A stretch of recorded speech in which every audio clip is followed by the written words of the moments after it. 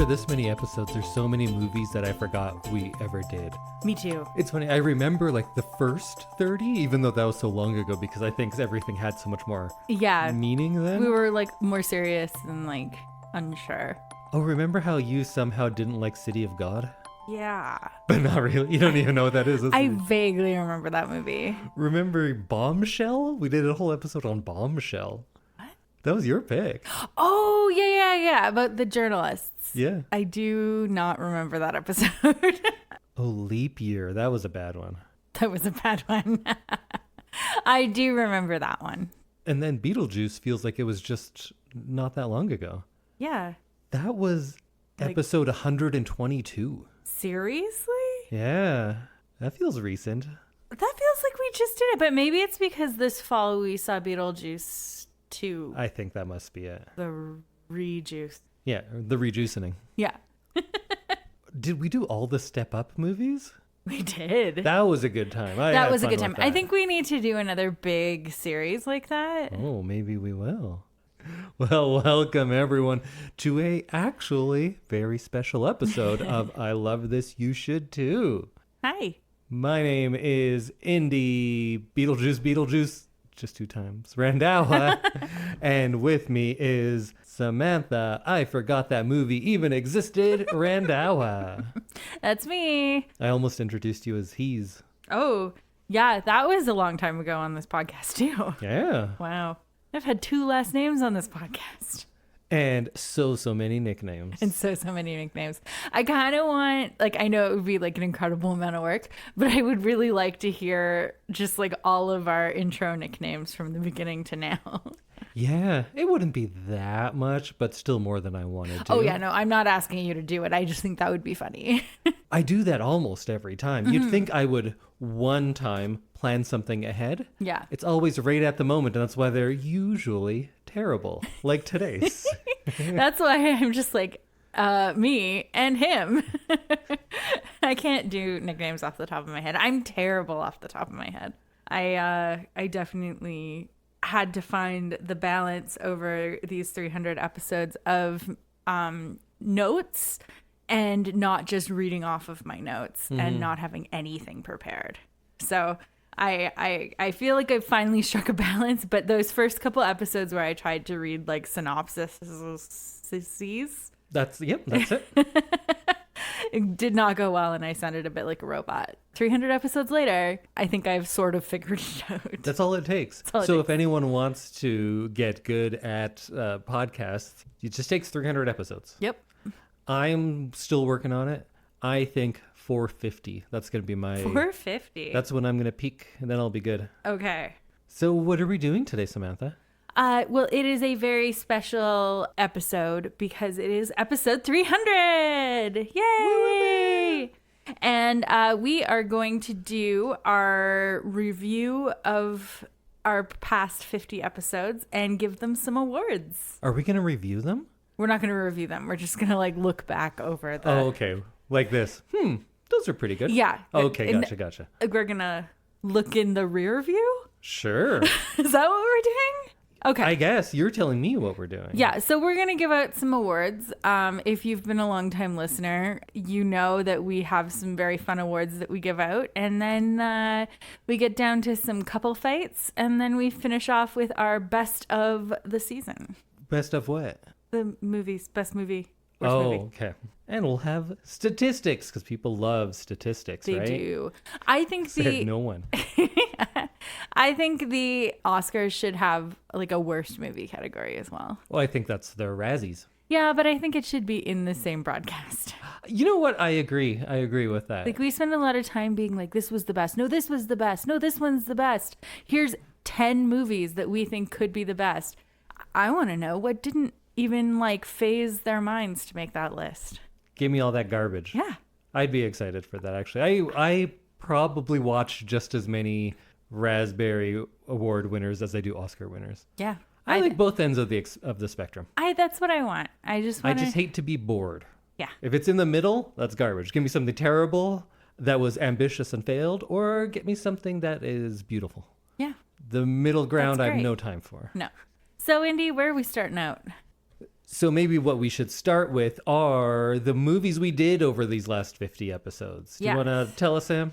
Yeah, so my movies that we saw were Legally Blonde, One True Loves, Breakfast at Tiffany's, 27 Dresses, Ready or Not, Lights, Camera, Christmas, It Ends With Us, and Happy Feet. Oh, you did it like an awards announcer. I was trying to It sounded like it. I was channeling my best Oscar presenter. And the movies that you brought us were In the Heat of the Night, To Kill a Mockingbird, In the Mood for Love, 2046, Roman Holiday, Jurassic Park, Hereditary, Troll 2, Home Alone, Hero, and The Birds. You are very good at that. That sounded good. Thank you. Yeah, so we'll go over these, but you know what we're going to start with? Statistics. Everybody loves statistics, right? Woo, woo, woo. Nobody loves statistics. So the average budget of my movies was $14 million. The average budget of your movies, $30 million. Oh, okay. Twice as much. Wow. The average box office for my movies, as high as it's ever been, $181 million. Wow, that's a lot. And that's mostly because I had Jurassic Park, Right. which was $1 billion at box office, and Home Alone, which did $500 million. Well, there's your stats. So that really brought up the average. Lowest was Troll 2. It made like $10,000 or something.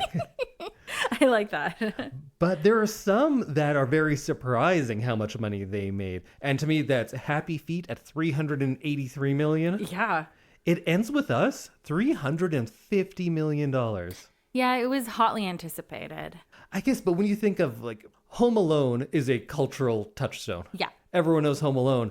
And it didn't make that much more than It Ends With Us. Yeah. And I don't think you can go to just anyone and be like, hey, remember that scene from It Ends With Us? And Yeah. they won't know what you're talking about. I don't have a rationalization for that, but I feel like how hotly anticipated this movie was, and then also all the controversy surrounding it really whipped up those box office numbers. Seems like it. Yeah. And then your movies average $158 million at the box office. So this is the first time I think my box office average was higher than yours. Yeah. Because of Jurassic Park. Because usually I'm picking newer movies and more popular movies. Usually. Yeah.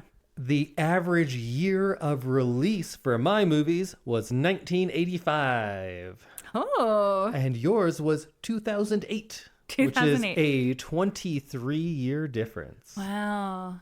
I feel like that's pretty standard, right? Yeah, I don't know how big the spread usually is, but it's always quite a bit that mine are older than yours. Right. The newest of which was It Ends With Us from just this last year, and the oldest of which was Roman Holiday from 53.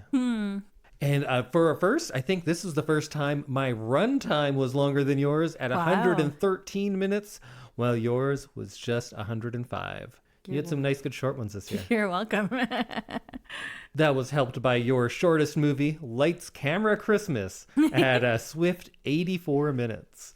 But the longest movie, oddly enough, It Ends With Us, 130 minutes. That movie had no business being that long, though. No, it didn't. And I don't even hate the movie. I just think that's way too long for what that is. The amount, and you can go back and listen to that episode, but I do think that they left out some really important parts of the book, and could have cut a large amount of the stuff that they actually did show. So I think they didn't use their time wisely. No, agreed. And then for the ratings, let's save that for when we are talking about our awards for the best movies and worst movies. Sounds good. But we should start with a fun award, and that is the Waddles Award for Best Animal Friends. Samantha, do you have some nominees and a winner from your side? I do. My runner-up was Kat from Breakfast at Tiffany's, and my winner was Bruiser from Legally Blonde. That's a good pick. Bruiser Woods, classic. I have Bruiser as my runner-up. Oh! With honorable mention to the Raptors from Jurassic Park. Yep. Clever girl. I considered that. And I also have the Fiat 500 Sport from What's that movie called? One True Love. One True Loves. They are So much man, Fiat. That car was very prominently featured.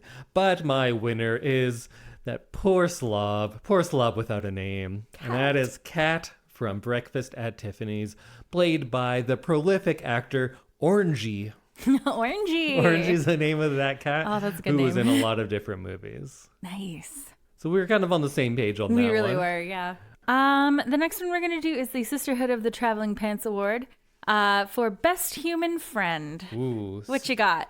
So for my nominees, I had Simu Liu as Sam in One True Loves. Oh, I had him too. Just like an all-around good guy.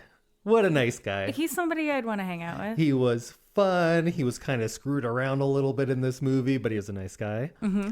I have Joe Bradley, played by Gregory Peck in Roman Holiday. Oh, yeah, yeah.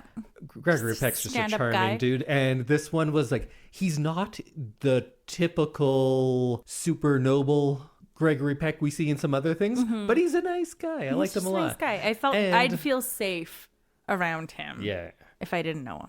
And Gabriel Byrne as Steve in Hereditary. His entire world and family is crumbling around him, but Steve's just doing the best he can. Yeah. But my winner, again, is Gregory Peck, but as Atticus Finch in To Kill a Mockingbird. Oh, yeah, actually. Super noble guy, does whatever it takes. He's willing to stand guard with a gun for you if that's what you need. Yeah. Because Atticus Finch does what it takes. Yeah, absolutely. How about you, Samantha? I only had dudes in mine. Yeah, I feel like I picked a real girly category, but I had Sam, Simu Liu from One True Loves. I also had Princess Anne from Roman Holiday because she seemed fun. And I had as my winner Elle Woods from Legally Blonde because she just seems like she'd do anything for her friends. I agree. I think she would absolutely do anything for you. I just feel that friendship would be a lot more taxing on me than a friendship with Atticus Finch. True. Very true. I think she would be kind of a tiring friend. Yes. But I feel like you could also, as a friend, be tiring to her and she'd be like right there with you. That's true. I feel like there's a lot of give and take in that relationship. I'm just more of a low-key person. So that's why Atticus fits me a little better. True. Very true. Well, what's next? Oh, next we have the very prestigious Kate Hudson Award, which is given to the character who is not a villain, but you just hated.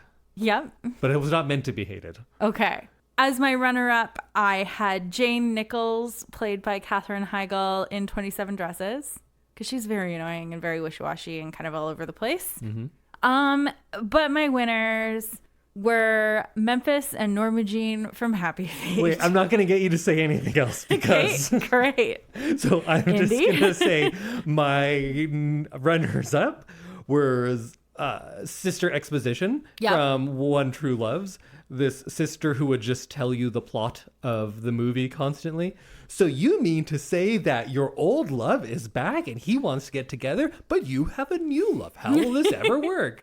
She is just a narrator and it's frustrating. The boss, George from 27 Dresses. I forgot about George. He's meant to be like charismatic and like we all see why she's so infatuated We're with him. supposed to like fall in love with him. Oh man, he was a glass of warm water. He was so boring. He was just like a khaki blur on the screen. He really was. He was so beige paint. Hassan Minaj's character in It Ends With Us, because I really like him as an actor, as a comedian. Did not care for that. No. But Samantha and I agree on one thing, and we both had co-winners for this, and they are both Memphis and Norma Jean, the parental penguins in Happy Feet. Yes. How are these two cartoon penguins that hateable? I like the parents in animated movies in general are supposed to either be like tragic figures or very abusive, and that's why you like go on your journey to find yourself, or the most supportive, wonderful parents in the world. And I feel like they went for category 3 with this, and Did they? I thought so. I don't know. Because Memphis is clearly a terrible father. Yes. Okay. His second words to his kid are like, he's like, oh, hello, welcome to the world. Also, you're really fucking up. You're a piece of garbage. Already. Everyone already hates you, and I do too. Yeah, and so I just feel like they really missed the mark on parents for this movie. I have more to say about Happy Feet later, but terrible performances. Oh, yeah. Terrible voices. Voice actors. Their voices were so annoying. The animation. They were jerks. They were weirdly sexual. They were terrible characters. And it says something that both of us can agree that these two characters were the worst characters in all of these movies we've seen. And we saw some movies. Wow, yeah. Yep. Agreed. Memphis and Norma Jean, played by Nicole Kidman and Wolverine. What's that guy's name? Hugh Jackman. Hugh Jackman. Both of them. Terrible. Oh, man. So our next category is the villain that was right. Oh, the Magneto Award. The Magneto Award. So I have an old t-shirt that says Magneto was right. And it's kind of going around in like a pop culture outside of comic book stuff that everyone's like, wow, Magneto was right, huh? And our current world is like, yeah, Magneto was right. We should have just listened to him. Yeah. But I have Who you got? as runner-up the lawyer in Jurassic Park, who's like, you can't do this. This isn't safe. Yeah. This is all going to go very terrible. And we're like, boo, screw you, lawyer. We don't need to listen to that. Yeah, he was right. Everyone died. He was trying to save everyone's life. Yeah. Everyone's like, why are you taking away this thing that's wonderful? But my winner is Selma Blair's character in Legally Blonde. Oh, yeah. Because Selma Blair is dating a man who was her high school or maybe like her childhood sweetheart. Yeah. They reunite in college, and then some woman shows up who had no interest in any of these things before. So it's like, oh, I'm going to your school now. I'm going to get your boyfriend. And she's just like, why? Why are you doing this? Who are you? She like pranks her a bunch. She tries to ruin her life for no reason. Yeah. In the end, they get to be friends, and they're like, oh, the guy was the bad one. But Selma Blair was right. Yeah. She's played as the villain for the first 60% of that movie, maybe even a little more. And it turns out, like, if you look at anything from her perspective, she was absolutely in the right. And Elle Woods was the crazy person who came out of nowhere. Mm-hmm. Absolutely. Yeah. If you watch that movie from her perspective, you're like, ooh, this is a shitty thing that Elle is doing. Yeah.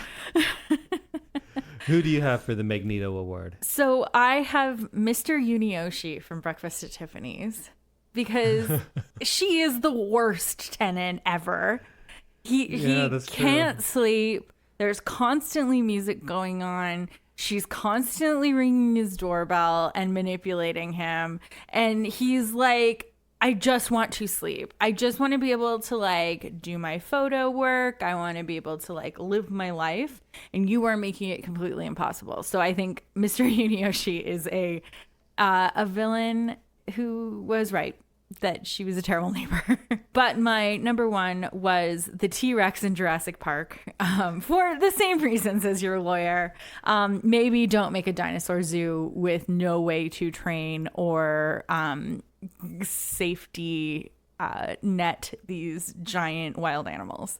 Absolutely true. I just didn't think of any of the dinosaurs as villains, but I guess they go and they are like chasing eats a bunch them of people. I kind of think of them as like, well, is the iceberg the villain of Titanic? I don't know. They're like, the dinosaurs are nature. So I didn't characterize them as villains in my head. But yeah, absolutely. I think that T-Rex was in the right. He was hungry. He didn't know what was going on. She didn't understand why it was like, why there were people around. But she was the hero at the end because the raptors were the kind of the villains. Yeah. They made them look more conniving. Yes. And then the T-Rex came and ate them up. Yep. So redemption. But there's one bad thing about the dinosaurs. No good costumes on them. No. So with that in mind, let's go on to the Eliza Doolittle Award for best look throughout a movie. So costumes, makeup, all of that, but cumulatively for one character through a movie. Who do you have for this one? So my runner-up was Jane, played by Katherine Heigl, in 27 Dresses, just because those 27 dresses were like pretty much character. I didn't pick her to win though, because the rest of the time she was like just kind of okay, but those dresses were like a real standout for me. Somebody had a fun time doing that. But my winner is Audrey Hepburn in both Roman Holiday and Breakfast at Tiffany's. Oh, double? Yes. I don't know if you can do that. You know what? I'll allow it. But between the two, if you had to pick one. Probably Breakfast at Tiffany's. Mm-hmm. I think that's just like iconic. Like there are so many posters from that movie up on people's walls to this day. I used to watch this movie all the time, so I feel like I just have like a very fond place in my heart for this movie and all the costumes. So for my runners up, I had Melanie and the Birds. Always well dressed, even when she's being attacked by birds. Anyone in the movie Hero. Oh yes, because that was beautiful. I had Audrey in Roman Holiday. Audrey in Breakfast at Tiffany's for reasons you've already been over. Yep. But for my winner, I have to go with Maggie Cheung as Su Li Zhen in the Mood for Love. Oh, I had a feeling you were going to pick one of the three movies that you did like that. Because there were some good costumes in all of those. Maggie Cheung has the most gorgeous dresses that have those prints. She has that classic Mandarin collar all the time. Those outfits. The hair was fantastic. I was looking today because I thought like, well, I'm going to give it to Breakfast at Tiffany's because it's Breakfast at Tiffany's. Of course. And then I just Google image searched Maggie Cheung in the Mood for Love, and you just look at all those outfits and you're like, this can't not be my winner. Oh, yeah. I Are you doing that right now? Yes, I am. Yeah, it's pretty good. I'm going to stick with Breakfast at Tiffany's, but I think that is a close runner-up for me. Well, then we can get into the audio and visual awards. We're not going to be all technical and do cinematography and everything like that. We're just going to be just that. Audio award, best audio, best visual. Okay, great. So I had Hero as my runner-up for audio because I felt like there was a lot of really good quiet moments in that movie where you could just hear like the slip of a foot or like fabric floating on the breeze. I did love that. It was really well done, and I know that like generally this award would go to something with like a huge score, but we didn't really do a movie like that this year, so beg to differ, but but Hero really stood out to me. But my number one is all those dino sounds in Jurassic Park. Oh, interesting. I went a little bit more sound effect this year than I did with songs. It's audio. It's all of it. It's all of it. Also, great score. Great score. Yeah. Great theme. Oh, yeah. Great dino sounds. Great dino sounds. I felt like the audio mix on this was great. Very true. The thumps of the T-Rex feet, that's iconic. It is iconic. And like the dinosaur yells. Yeah, when they're all yelling. They're all yelling. Hey! Hey! Get off my lawn. Yeah, they're always That's yelling what they're that. saying. I just felt like those were really, really well done, and the like suspense building that they managed to do. What about you?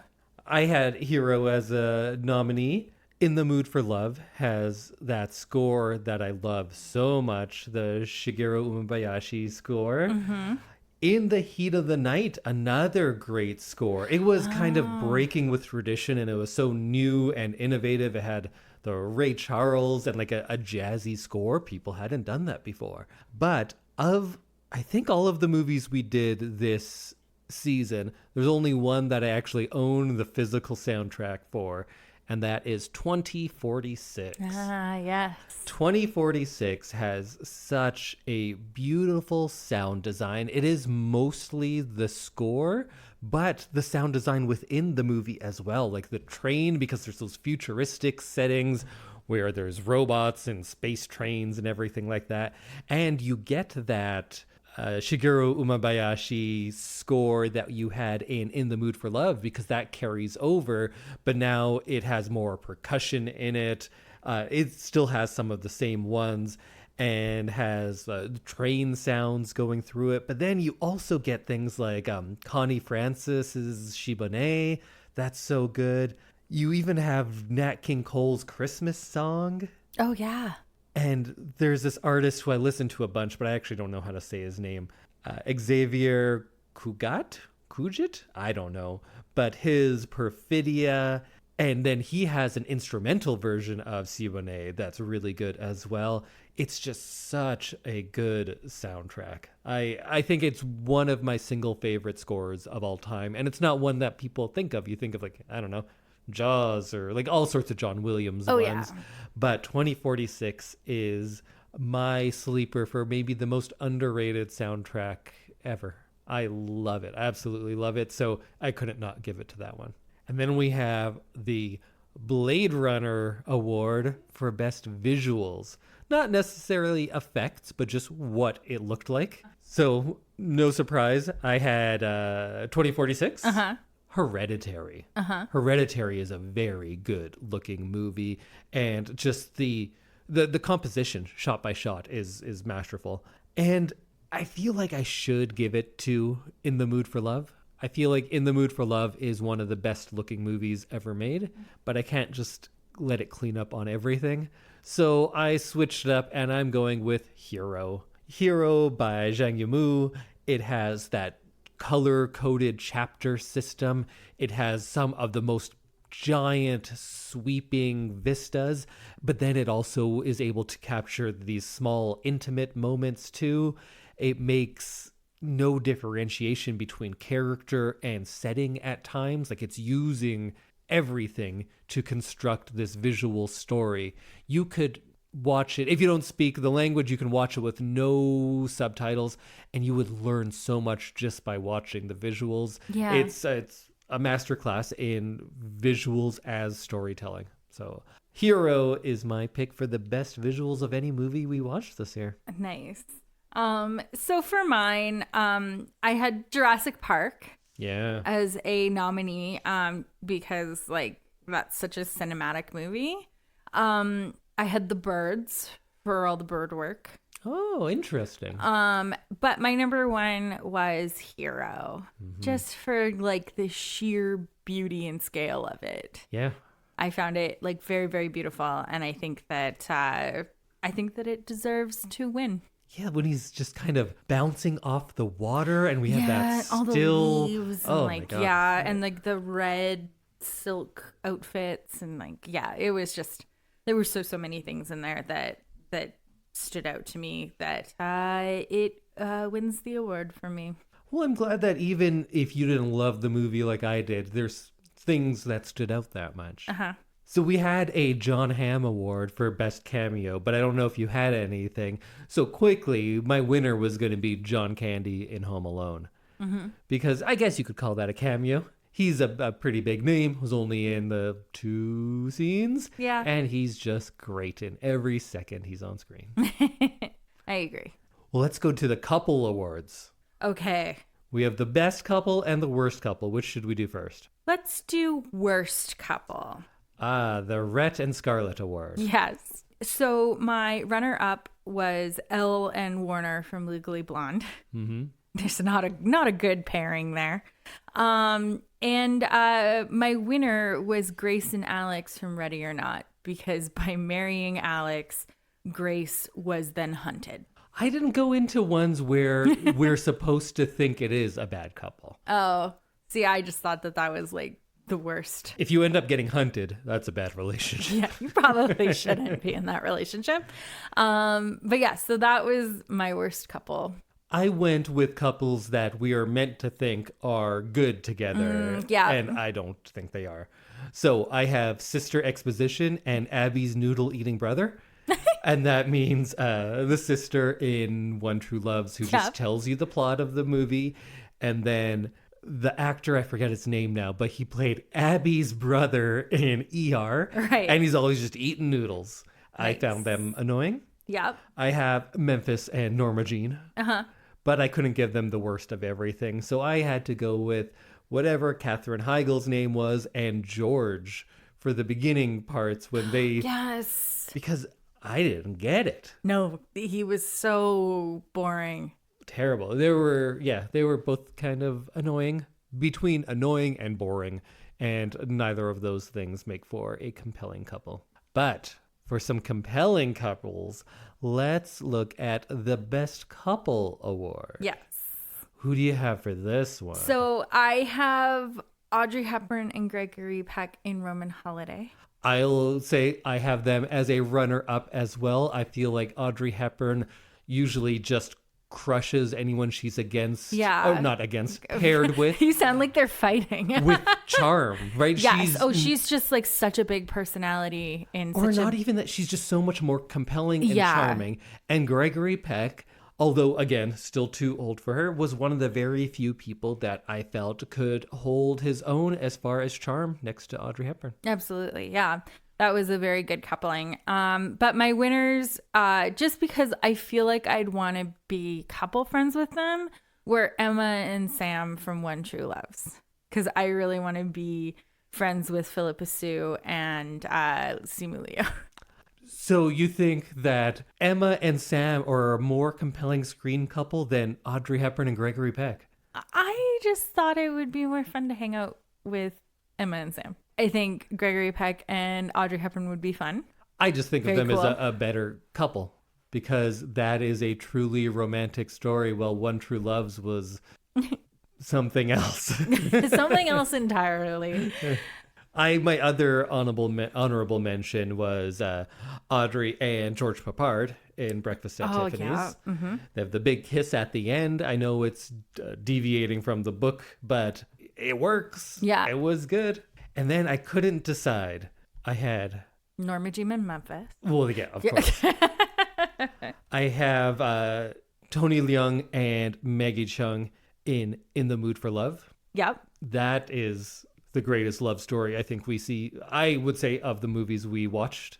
Uh-huh. You have them kind of together again in 2046. Right. Or do you go to the movie Hero, where we get to see 4 different versions of an amazing love story? So is that 4 couples? Is that 1 couple? All of these, is this 6 couples? No, it is 1. And the answer is Tony Leung and Maggie Cheung in all of the things we watched them in, because we got to see kind of 6 different iterations of this love story. And I loved it all. I think In the Mood for Love is clearly the one because it's one of the greatest movies ever made, and I think one of the greatest romances ever made. But their story in Hero was also really compelling. So Tony Leung and Maggie Cheung are a landslide victory for Best Couple. I know they're no Sam and Emma. They don't have that Fiat 500 Sport to drive around. But Well, that's still. how you know it's true love. Yeah. He did stop traffic and get out, so that's true love. Yeah. The one I'm talking about merely was a forbidden love that spanned not only the constraints of society and their relationship, but film itself, continuing over into other movies. That's how good their chemistry was. And then in other movies, do we give them 1 love story? No, let's give them 4 in this one. That's how good they are. But I might be a little biased. I like those guys. So our next category is Best Performance. The Audrey Hepburn Award. Yes. So for nominees, I have Sidney Poitier as Virgil Tibbs in The Heat of the Night. Yep. Gregory Peck as Atticus Finch in To Kill a Mockingbird.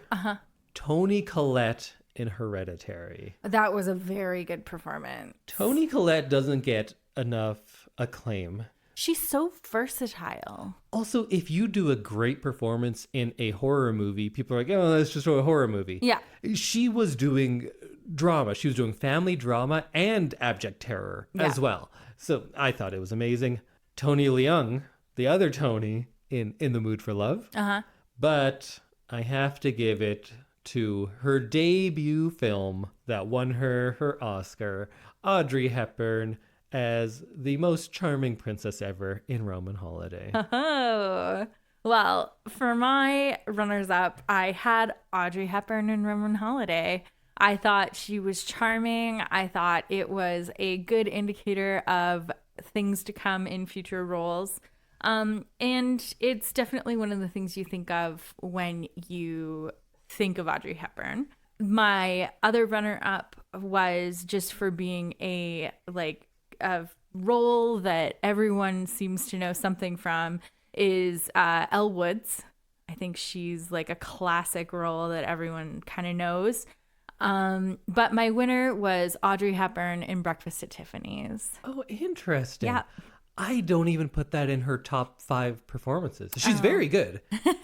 But of Audrey Hepburn stuff, I put like, of course, Roman Holiday, Two for the Road ahead of that, maybe even Nun's Story. Yeah, she's very good in it. I just think I'm a little biased because Breakfast at Tiffany's is like one of my favorite films, but I think she was amazing in it, and I think she did some really good, subtle acting work in that role. Very true. Yeah. So our next category is Worst Performance. Oh, the Jimmy Fallon Memorial Award. I would like to give honorable mention to the cast of Troll 2. There were some very questionable performances, and I had a lot of questions coming out of that movie, but I have to give it to the cast of Happy Feet. The whole cast? The whole cast. Wow. There was some really interesting vocal choices and also just some really interesting character choices, I guess. I think what you might be tiptoeing around is offensive accents by Robin Williams in a few different ways. Yes. I was trying not to like go off on a dead man. But yes, it was a lot of offensive accents and just some really odd choices from a directorial team that was supposed to be making a fun penguin movie. I have too many nominees, but quickly, Nicole Kidman in Happy Feet, Hugh Jackman in Happy Feet, and Robin Williams in Happy Feet. Didn't give it to any of them. The dad in Troll 2, but then when he delivers the line of, "You can't piss on hospitality. I won't allow it." I was like, you know what? You won me over. And he's not an actor. He was a dentist who did something goofy once. Yeah. So I can't give it to that. For my biggest disappointment, it's Judy Greer in 27 Dresses. Oh, yeah. Because I really like her, and she was very bad in that. She was very bad in that. But if we're talking offensive accents, there's only one person that had Robin Williams beat, and that is Mickey Rooney in Breakfast at Tiffany's. I didn't even want to get into Going that. full on, I don't even know what you call that. It's past stereotypes. It's openly mocking a entire culture. Yeah. He's doing the teeth, he's doing the squinting. It's like yellow face. It's very bad, and it unfortunately detracts from a very good movie because you just can't sit through it without cringing, without commenting. It's very unfortunate and real bad. So I got to give it to Mickey Rooney. Yeah. And like honestly, I debated changing the Jimmy Fallon Award to the Mickey Rooney Award after that. Oh man, I would consider. You know what? Most offensive part of a movie should be its own award, and that'll be the Mickey Rooney Award. Yeah, absolutely. We also had, how many more of the shit do we have? This was such a long list. I thought we would be done already, but no, we're going to keep going. I started it at work and then had to come home and finish it. Let's just do this one quickly. The Scene Stealer Award, who's someone not in very much, but you always are captivated by. I nominated Bruiser from... Oh, man. I love Bruiser so much. I was about to say Pretty in Pink. Legally Blonde. I have the Fiat 500 Sport because it was lit so lovingly. It was. I have Dennis Nedry in Jurassic Park because I thought he was very funny in the few scenes he had, but not as funny as Kevin's little brother, Fuller, in Home Alone. Yeah. Fuller, played by his real-life little brother, Kieran Culkin. Yep. It's just hilarious. Doesn't do much. Loved him in every scene. Yeah, absolutely. I had Kat from Breakfast at Tiffany's. I also had Bruiser Woods because Bruiser has some very good comedic little things that the dog does that was just like really great in those scenes. But my number one, I gave it to a person because I already gave the Animal Friends an award, was Jenny Slate in It Ends With Us. She did some good like one-liners in a couple scenes and I really enjoyed her. Maybe we should take a break. And we have our annual couple argument where we argue about something. Right. But it's in public. Okay, great. So I think the question was posed. I can't even remember who said this, or maybe it was on a TV show, that if you were to die, you're not going to heaven, but you get to know either all of the future or all of the past. So it's kind of a time travel. Would you rather time travel to the past or to the future? But it's more just knowing. So I would always say, like, well, I can't time travel to the past because I'm not white, but I speak English best. So it would be very hard for me pretty much anywhere before 1989. True. Because I lived before that. It wasn't great. It wasn't great. Yeah, until I was born, and then it was great. Yeah, everything changed then. So it doesn't have that component to it. So it's just about knowledge. And I was surprised because you said, oh, the past, definitely. I think the past. Why? With my knowledge of modern day, I would make life a lot easier, I think, back then. You're not time traveling, remember? Oh, yeah. You're just knowing what happened in the past. I don't know. I'm going to change my answer then. What? We have this whole thing. I know. I'm sorry. And we sorry. talked about it. We've been talking about it for about a year. Yeah. And I said, okay, well, we can really get into it on the podcast. And all I did was phrase the question to you again. Yeah. And you're like, I was wrong. I'm sorry. Well, I guess that's the end of this segment. All right. Well, with that lack of compelling argument. Sorry. But if you're listening through all of this is our goof off episode. Yeah. We do work. Serious. Who listens to this? Kim. My mom listens. Does she? Yeah. I didn't know that. Yeah. She really liked all of our Asia episodes. Oh, really? I guess she only messaged me about it. But yeah, she was very into it. Because I swear on this, but I'd never swear in front of your mother. She knows you swear. It's fine. Well, you would swear in front of your mom. Oh, yeah. I wouldn't. Okay. I think Eric listens occasionally. I think they might listen together, actually. I'd swear in front of Eric. That's okay. Oh, yeah. I've sworn in front of Eric, too. That's it. We have 3 listeners. Galen? Galen, I think, still listens. Yeah. I have a few work friends. I think maybe you have a work friend that listens. Now. I do, actually. Yeah. Hi, Lauren. And maybe Aaron. Aaron. Yeah. And you know what? I should give a special shout out to Alex, my friend. And I haven't seen him in many years. But I think there's only one couple that met through me. Oh. And it's Alex and Imsun, and they're both the greatest ever. And I wish I could see them again, but you know, opposite sides of the world and all that kind of stuff. Where are they located? Well, that's a bit of a story too. Okay. Where are they located now? Texas or Korea, depending. Okay. Yeah. Okay. Well, those are very different places. They but are. Very cool. Hi, Alex. Although he might Not be in right now. Colorado. He's probably in Colorado. You know what? We're not going to give Alex's address or anything. We're going to continue on with this episode that already feels way too long, but you're in it this far. Let's keep going. Okay, perfect. Oh, let's go to the Be Our Guest Award for Most Delicious Food. Uh-huh. I have a special note for Nothing from Troll 2. Because that's the grossest food I'd Everything ever seen. was so gross in that movie. The breakfast from Breakfast at Tiffany's. Chocolate gelato, Roman holiday. The pizza and beer on the set of Lights, Camera, Christmas. But the winner, of course, has to be the food in Jurassic Park after Lex and whatever her little brother's name, they get back and they're like, finally, we are alive and we can survive. And then they pile up all this ice cream and desserts. And I remember watching that as a kid. I was like, that looks amazing. And it still does. That did look amazing. My number one was Root from It Ends With Us. The restaurant that Atlas owns. Oh, yeah, yeah. The food all looked like very gourmet and it looked like it would be fun to go eat there. And I think I'm also taking a little bit from the book because they'd actually like describe some of the food a little bit more. And it did all sound very gourmet and very good. Oh, what was your biggest surprise? The Sixth Sense Award for biggest surprise of the movie. My runner-up was how gorgeous Hero was because I didn't really know what to expect.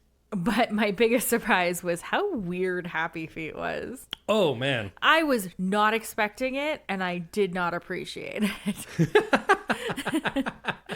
My nominee was how deep I got into the religion of Happy Feet. Yes.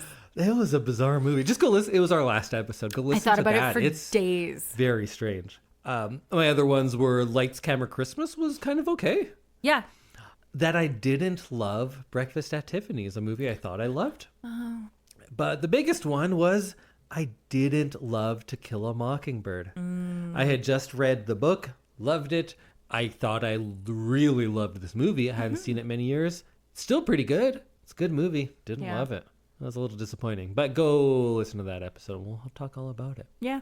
Which world would you like to live in if you got transported into one of these movies? I would like to live in Legally Blonde. I think it would be fun. It seems just as peppy as I can be. And I've always wanted to experience American sorority life. I wouldn't go into that world because you know what doesn't exist? Visible minorities. True. There aren't any. No. So that's not a good world for me. No. I thought about Happy Feet. Yeah. Because what a world that would be. Like if I knew that God was real and it was a penguin. Yeah. Whew, that would be fun. I thought about Hero because it's kind of just the world, but everything's more beautiful. True. I thought about In the Mood for Love because it's just the world, but more beautiful. Yeah. 27 Dresses because a lot of those romantic comedies, you're like, things just work out. But then I realized, they only work out if you're really good looking. True. So I'm going with Lights, Camera, Christmas because it does follow basic romantic comedy rules of things are going to work out. Nothing terrible happens, but there's a bunch of forced diversity. So I know I could still have a job in that world. And it works out for like not just beautiful people. If you just kind of like mean well and have Christmas spirit. Yeah. And I mean well and I have Christmas spirit. I did think about that one as a runner-up because who wouldn't want to live in a happy little Christmas snow globe where everything is wonderful and you find true love. Yeah. I kind of assumed I wouldn't live in that town, but just the rules of that world. But I would continue to be mean, but I think things would work out for me. Yeah, I think that would be really nice. What's the most rewatchable movie we watched? Breakfast at Tiffany's. I don't really want to rewatch. It's not like a light, fun one. It's good and it's rewatchable. But I thought Hereditary because you need to rewatch it. But then I'm like, but I don't want to. No, I don't want to. It's too much work. I don't want to watch. I put Roman Holiday ahead of Breakfast at Tiffany's, and same with In the Mood for Love because each time I watched it, I was like, oh my god, it's so good. It like ached. It was so good. Oh. But I had to go Home Alone. Yeah. I watch it once a year already, and you know what? I'm going to keep doing it. Well, that's a good rewatch. Can't wait for this year's watch. So our next category is what movie would you like to remake or what sequel would you like to pitch? Yeah. So I love pitching sequels and remakes, and I often do in the episode. But right after One True Loves, it's like, I want to remake this, but the dude was on an island or something. Yeah, he was like lost at sea. And then he like swam to America. Yeah. Is that real? Yeah. That seems too dumb to be real, but that's what he happened? was like a long distance swimmer. He was like a marathon swimmer. All right. So he like makes a boat out of coconuts or something, swims back to America. Yeah. And I would like him to come back, and she's like, no, I don't want to have anything to do with you. And then goes like kind of into horror territory, and he's like a stalker, and he's following her around. Because he can't let his old life go. Oh, but no. Wait, there's another twist. But then it keeps going more and more, and he's like always just watching her and following her around, and you think like, he's going to kill her. What's he going to do? But then the reveal is like, no, he died in that plane wreck. She's not being stalked. She's being haunted. And that would be like the final act reveal. Oh, man. Is Simu Liu still in it? Yeah, well, he would be like the guy. Yeah. And he would be like getting ready in the morning, and then his window would shatter, and he's like, what was that? And of course it's like we think it's an angry ex-boyfriend, but then later on we realize like, no, that was a ghost. It was ghost. That's why he never sees him. Right. Whoa. I'd watch that movie. That sounds like a good movie. Yeah. I'd also like to see Simu Liu do horror. I think that would be sure good. I'd like to see him in most things. I find him pretty charming. He's very charming. My remake is Happy Feet. Okay. I would like the penguins to be less sexy, and I would like it to actually have good jukebox musical songs. I want 5-year-olds singing it. I want 45-year-olds singing it. I just want it to be like a super fun, colorful, well, like it's in the Arctic, so there aren't that many colors, but like super fun and like exciting and dancey. I want more dancing and singing and less like my father hates me. I'm a horrible penguin. And like most of the base of the story still works in my new remake, but they're just like less offensive accents. We can still have sidekicks. We can still have love interests. We can still have parents, dysfunctional parents. But like, let's get rid of the accents. Let's make them less sexy. And let's just like have like a real good soundtrack with it. I want it to be like, I can't stop singing this stupid soundtrack because it's my favorite. Is there still a penguin god? There can still be a penguin god. Okay, good. I'm in then. Like, there's all of that. I just, like, there were way too many weird choices in it and not enough of what makes a fun kids movie. So I think we're making it geared towards kids with parents taking them to the movie. But I think we can do a lot of fun things in between. Oh, that gave me an idea. Can I pitch another movie to you? Yeah. The Birds 2. Actually, there was The Birds 2. Oh. The Birds, The Next Generation. But the birds are penguins. So it takes place at an Antarctic research station. It's like the thing. So they're down there. They're getting core samples of ice or whatever. Whatever and you do in the Arctic. Penguins start attacking. So they have both like the darkness plus also the fear of the cold. And then penguins are trying to get at them. Right. Okay. Oh, and then this could be a series. So that's like one of them. And then I want a prequel. And it's the 1800s, and they're on like a big sailing ship, and they're going into the Antarctic area, and penguins start like attacking them. And it's more like like Jaws style, almost because they're on a boat, but penguins are attacking them there. Oh. Penguins are the villains.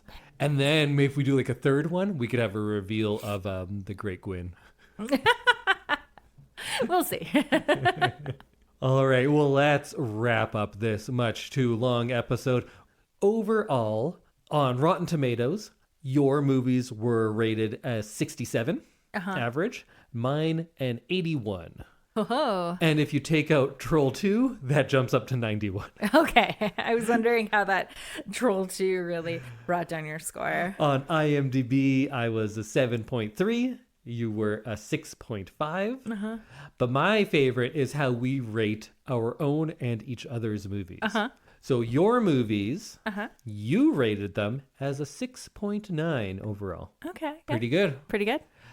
I rated your movies as a 5.9. I'll take it. It's better than it's been in a lot of years. It is better than it's been, and that makes me pretty happy. I rated my own movies as an 8.5. I love the movies I love. That makes sense. Yeah. So you rated your movies at a 6.9. What do you think you rated mine at? 7.5. Wow. 7.2. Oh, wow. Although this has been the closest year. Usually you love my movies way more than yours. Yeah. This year, almost the same. Although, if it wasn't for Troll 2, again, that would be be a little bit higher. So let's start off with, I don't know, should it be called the Troll 2 Award? Probably. We've been calling it the Bride Wars Award for Worst Film. I gave honorable mentions to 27 Dresses. And I'm just not sure what my winner should be. I said the winner is One True Loves because it was filmed like a yogurt commercial and the character that was treated most lovingly was the Fiat 500. Yeah. But maybe I should give it to the best worst movie. And the best worst movie is Troll 2. Troll 2 is so fun because it's so bad. One True Loves is... There are fun parts. It's not like the worst movie around. It's probably more enjoyable than 27 Dresses. But it's also worse than 27 Dresses. But Troll 2 is worse than all of them and better than all of them. So I have to go with Troll 2. I had to give it to 27 Dresses because... Worse than Troll 2? Worse than Troll 2. Wow. The movie you said you loved. Yep. I just thought 27 Dresses, there's so much potential there. And the way that they treated these like great actors was just like very perplexing because I seen Katherine Heigl and I think she's great. Judy Greer, also great. There was like so many actors in this that I've seen in other things where I'm like, I want to see them in a rom-com. I think that would be really great. Oh, and like Cyclops was in this one, right? Yes. What's that guy's? Marsden? Marsden, yeah. He's good in romantic great comedies too. And so together, somehow, it was a terrible movie. But very well loved. But very well loved. So I have to give this award to 27 Dresses because it was just, it was a train wreck of things that could have been great. Stats-wise, your lowest rated movies were 27 Dresses, Troll 2, One True Loves. You didn't even like that movie? I guess not. Happy Feet and Hereditary. Man, Hereditary's great. I don't know. But you still gave it a 6 out of 10. It's good. My lowest rated movies were One True Loves, 27 Dresses. I actually gave Troll 2 a higher rating because I enjoy watching it, but it was the worst. But it's also very fun. So we have arrived at the biggest award of the evening, Best Film. Ooh, the My Neighbor Totoro Award. Oh, That was the first movie we both gave a 10 to. Woohoo! 10s for some people. I was going to say 10s for everyone, and I was like, no, that's the point of the show. I feel like I've already like recapped all of the movies that I liked and didn't like and what reasons why. I had to give Best Film to Roman Holiday. The only movie that I gave a 10 to this season. I think it was like a lovely story. I think both leads were very charming. I think it was like a nice little escape. And other very high-rated films by Samantha were Breakfast at Tiffany's, Jurassic Park, Home Alone, Ready or Not, and Legally Blonde. Yep. So for me, I had issue with this one. I'll say honorable mention Hero. That's up there. For many, many years, probably a good 20 years, I would list my 3 favorite movies as Taxi Driver, Roman Holiday, Nightmare Before Christmas. Okay, yeah. Those are my 3 favorites. And then a couple years ago, I always said, oh, yeah, Chungking Express is up there too. And then we did it on this show, and I was like, oh, I think that's the best movie ever made. I think I have a new favorite movie now. Okay. So I said Chungking Express is now my favorite movie. Mm-hmm. So then it's Chungking Express, then Taxi Driver, Roman Holiday, and etc. So this year we watched Roman Holiday. Yeah. I gave it a 10 as well. It's the only movie this season we both gave a 10 to. Yep. I gave another 10, and that was for In the Mood for Love. Right. I always say Roman Holiday is like one of my favorite movies ever. So how could it not be the best movie of the 12 movies I picked this season? And it's not. Oh. I think In the Mood for Love is one of the greatest films ever made. Whoa. I think it's one of the 10 best movies in the world. And right now I'm having trouble finding 2 that are better. I still think I like Chungking Express the best, but maybe it was because I don't want to have a bunch of movies with the same actors and the same director like in my top favorite movies. But In the Mood for Love is so good, and I'm not going to tell you why it's so good because I did a whole episode all about that. You can go back and listen to it. Watch that movie and listen to the episode. When I watch Roman Holiday, I'm like, she's fantastic. What a fun movie. I really enjoyed that. When I watch In the Mood for Love, I'm like, this is what art is. This is what romance is. This is how beauty can be captured and put on screen. It transcends, like, I love this movie. So I might even still say that Roman Holiday is a movie that's one of my favorites. But if we're saying the best film, In the Mood for Love is one of the greatest things I've ever seen on a screen. I think it's amazing, and you know what? I'm not going to say anything else. It's great. Go watch In the Mood for Love and listen to that episode. It's fantastic. Sounds good. All right, let's go watch it. Oh, we already watched it. Well, I'm just going to keep watching it. It's the greatest thing ever. Didn't you just listen? I did. I was here. All right. Well, we had to finish up with, what are we going to do next? We started out with, like, I had this big scheme of things I was going to get you to watch to, I don't know, teach or something. I don't even remember. That was so long ago. Yeah. And then we started doing like a theme of the month a little bit. Where do we go now? I want to do another big series. I like that. I thought, wouldn't it be fun if we just did big series. Yeah. Like I would do the 3 Colors. I haven't done Godfather on here yet. Oh, so you went so much more serious than I did. But I would also love to do ones. Of course, there's so many different horror ones that I think it's real fun to see how they go. Yeah. Like we did Nightmare on Elm Street, but Yeah. I'd love to do Friday the 13th. Yeah. I'd love to do Scream. I haven't even seen like the second half of all of those movies. Or like bad ones. I want to do Leprechaun. I want to do all of those movies. I want to watch all of the Rambos or all of the Rockies or all the Final Destinations. There's a new one coming out and I might be the last one. Oh. Or the Fast and the Furious Maybe. movies. I really want to do the Fast and the Furious movies. Because I want to talk about how like, oh, so this movie we're watching this week is about guys stealing combination DVD VCRs out of the back of a truck. And that's the plot of the movie. And then 10 movies later, they're going and flying cars in space. Yeah. Like, how do we get there? Yeah. How are they all superhumans now? I'd love to go talk about all of those. And I love how a series changes and evolves and sometimes goes into very weird places. How many Fast and the Furiouses are there? I think we're at 11. 11? I think. So that's the thing, though. If we do that, we're not going to do things of the week because we're already doing 11 weeks of Fast and the Furious. Yeah. So I don't know if we can do just that. So maybe we do a series per season.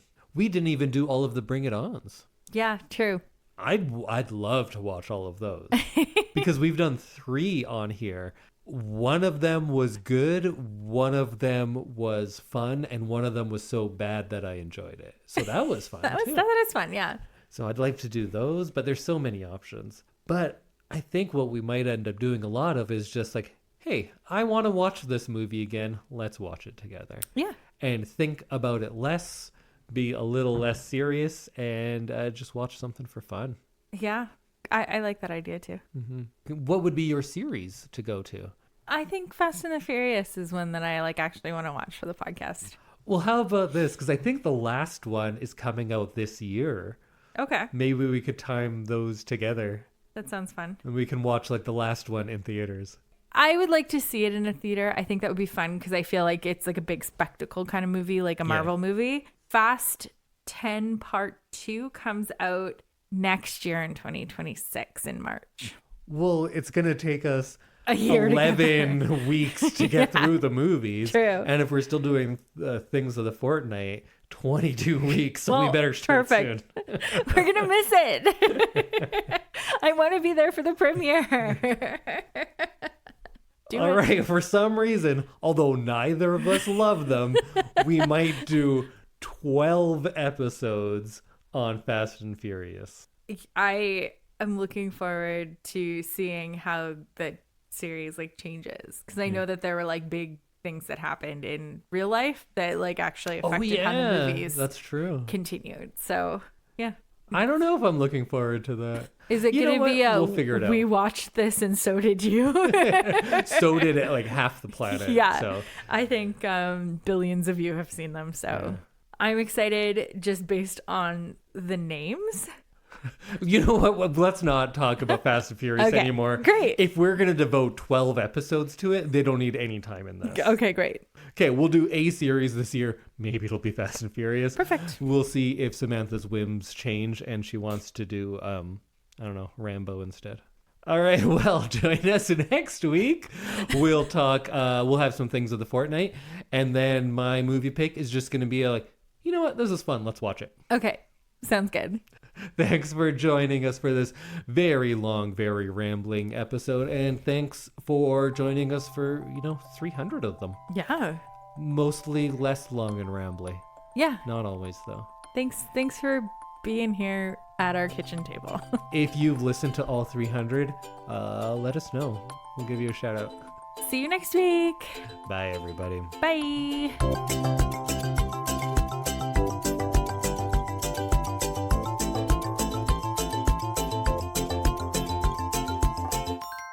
I can do your argument from the past if you want. Sure, you were do saying, it. oh, there were so many things in the past. I wonder what really happened. Who was Jack the Ripper actually? What about all these princesses? And you loved all your royal stuff. It was Yeah. mostly about royal things and you wanted to know what happened. Oh, yeah. Okay.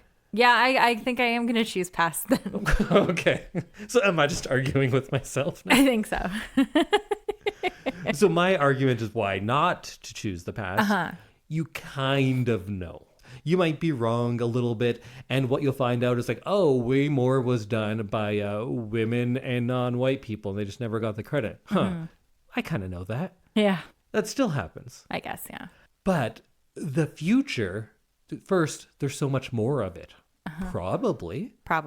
If the world ends like 3 days after I die, I'd want to know. Like, oh shit, a meteor just killed everybody?